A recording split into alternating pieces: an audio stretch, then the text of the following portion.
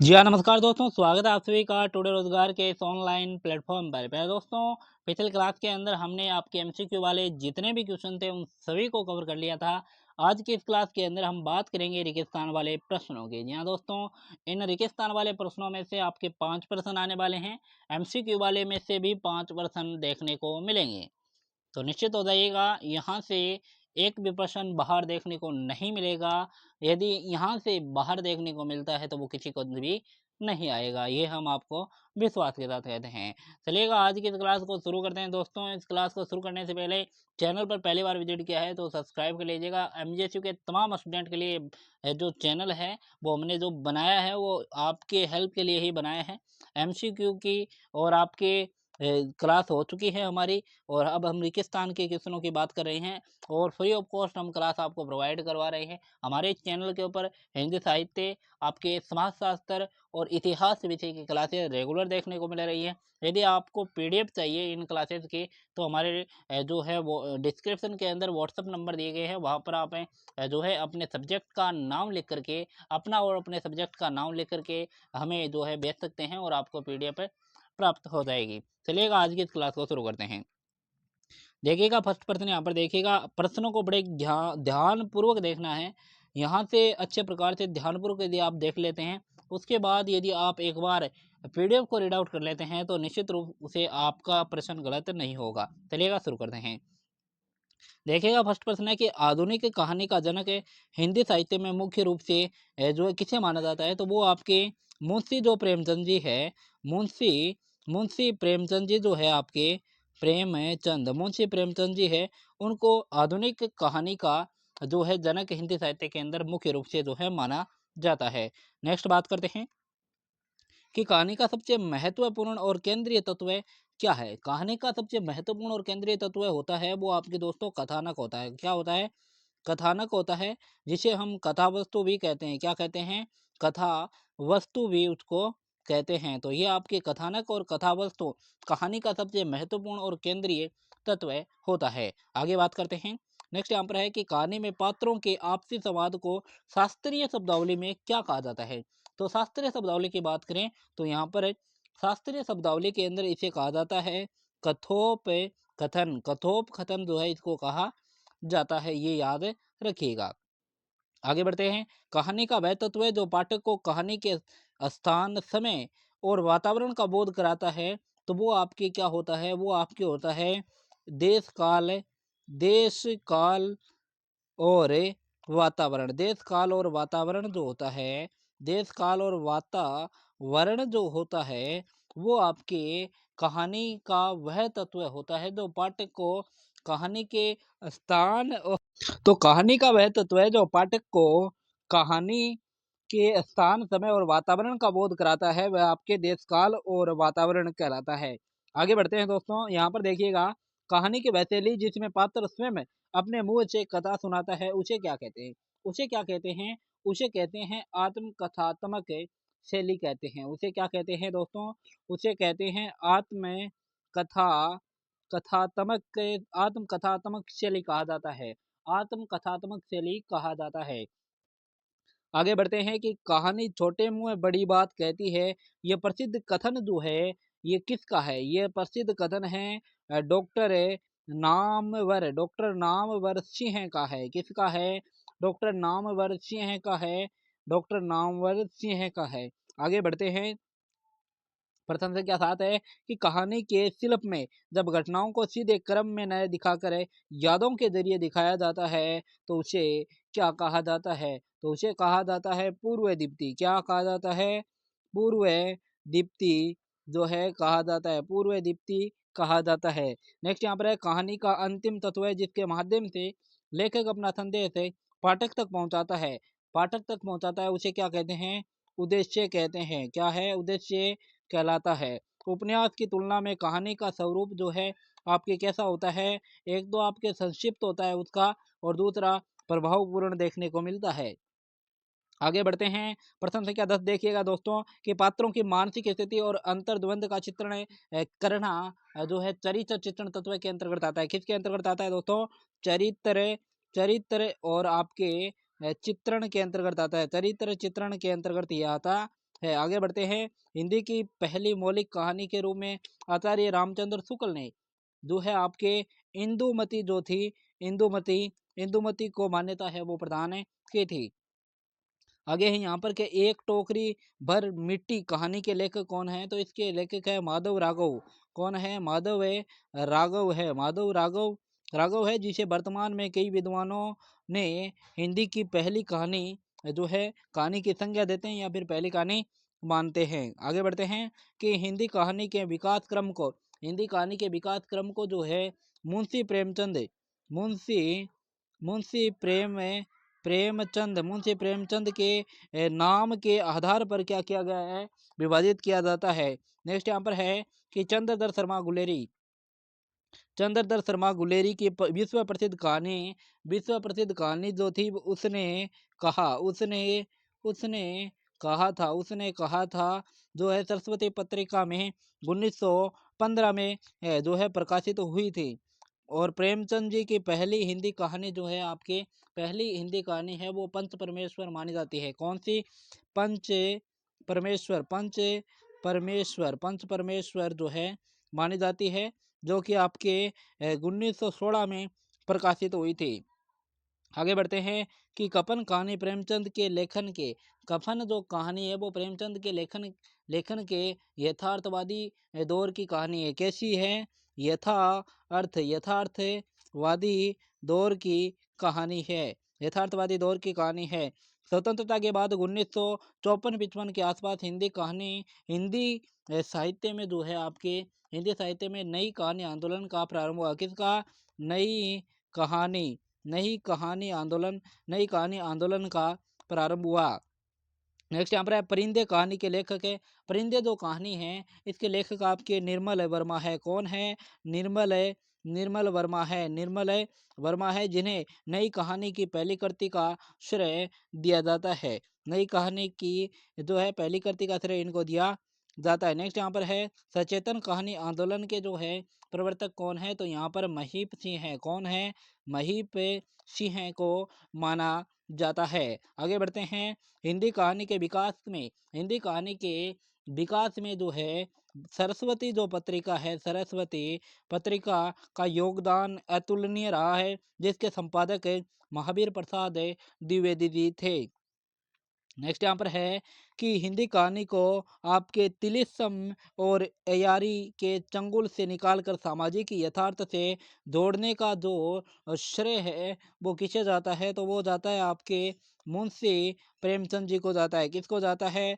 मुंशी प्रेमचंद जी को जाता है। आगे बढ़ते हैं कि आदर्शों आदर्शों मुख यथार्थवाद है जो है आपके मुंशी प्रेमचंद जी की मुंशी प्रेमचंद जी की कहानियों की मुख्य विशेषता मानी जाती है। और पुरस्कार जो आपके आकाशदीप और गुंडा जैसी जो ऐतिहासिक और भाव प्रधान कहानियों के रचयिता जो है आपके वो कौन है? जय शंकर प्रसाद जी को माना जाता है। आगे बढ़ते हैं कि हिंदी में मनोविश्लेषणवादी कहानी परंपरा का प्रवर्तक जो है वो आपके जैनेन्द्र कुमार है। कौन है? जैनेन्द्र कुमार को माना जाता है। आंतरिक कहानीकार के रूप में जो है आपके फणीश्वर नाथ जो रेणु है आपके फणीश्वर नाथ रेणु को जो है माना जाता है। फणीश्वर नाथ रेणु को जो है आपके माना जाता है आंतरिक कहानीकार के रूप में फणीश्वर नाथ रेणु को जो है नाम प्रमुखता से लिया जाता है, जिन्हें तीसरी कसम जैसी प्रसिद्ध कहानी जो है लिखी थी। नेक्स्ट यहाँ पर है कि नई कहानी आंदोलन के 3 प्रमुख स्तंभों में कमलेश्वर, राजेंद्र यादव और आपके जो है मोहन राकेश गिने जाते हैं। मोहन राकेश जो है गिने जाते हैं। और यहाँ पर अगे अगे जी की कहानियों में प्रतीकवाद और अस्तित्ववाद का गहरा प्रभाव जो है दिखाई देता है, जिसका उत्कृष्ट उदाहरण रोंज जो आपके गैंग्रीन कहानी है। नेक्स्ट यहाँ पर है चीफ की दावत है। चीफ की दावत और अमृतसर आ गया है जैसी काल जयी कहानियों के माध्यम से मध्यम वर्गीय खोखलेपन को जो आपके खोखलेपन को भीष्म साहनी ने उजागर किया है। किसने उजागर किया है? भीष्म साहनी ने जो है आपके उजागर किया है। भीष्म साहनी ने उजागर किया है। समकालीन महिला कहानीकारों में मृदुला गर्ग और कृष्णा सोबती के साथ जो है आपके उषा जो है उषा आपके आपके जो है प्रिय प्रियवदा जो है आपके नाम प्रियवदा का नाम अत्यंत महत्वपूर्ण है जिन्होंने वापसी जैसी प्रसिद्ध कहानी लिखी है। नेक्स्ट यहाँ पर है कि समानांतर कहानी आंदोलन के प्रवर्तक है।